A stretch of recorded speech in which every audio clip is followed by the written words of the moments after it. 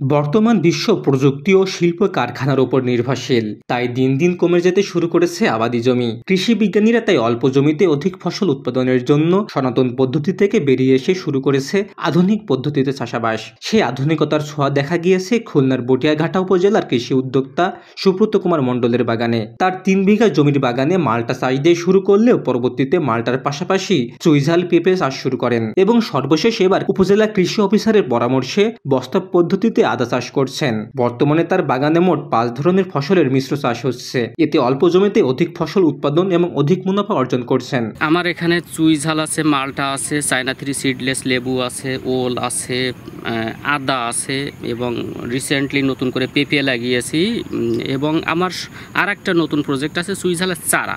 সব মিলিয়ে ধরেন এই যে কয়েকটা প্রোডাক্ট, এই প্রোডাক্ট থেকে অন্তত নর্মালি আমার 3 থেকে 4 লক্ষ টাকা পার ইয়ারে খরচ, কিন্তু এখান থেকে আমার অন্তত নর্মালি 25 লক্ষ টাকা ইনকাম সম্ভব এখান থেকে, এবং আমি অলরেডি প্রত্যেক বছর এই টাকাটা ইনকাম করে থাকি। তার এই মিশ্র চাষ দেখে অনুপ্রাণিত হয়ে অনেক শিক্ষিত বেকার যুবক বর্তমানে চাকরির পিছনে না ছুটে তার এই মিশ্র চাষে ঝুঁকছেন। আমার এই দাদা যে খামার করেছে, মানে এই প্রজেক্টটা করেছে, আসলে মাল্টা চাষের পাশাপাশি চুইঝাল ছিল, আদা খুবই লাভজনক মনে হচ্ছে। আমারও করার ইচ্ছা আছে, তার কাছে একটু পরামর্শ নেই যে আমিও পরবর্তীতে হয়তো করব। মাল্টা চাষ ভালো এবং এর পাশাপাশি চুইও ভালো।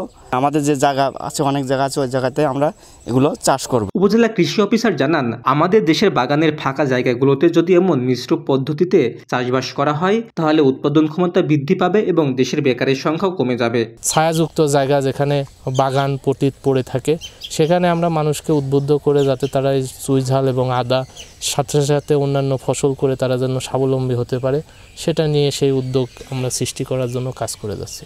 Shafayet Hossain Shaon, voice of tiger.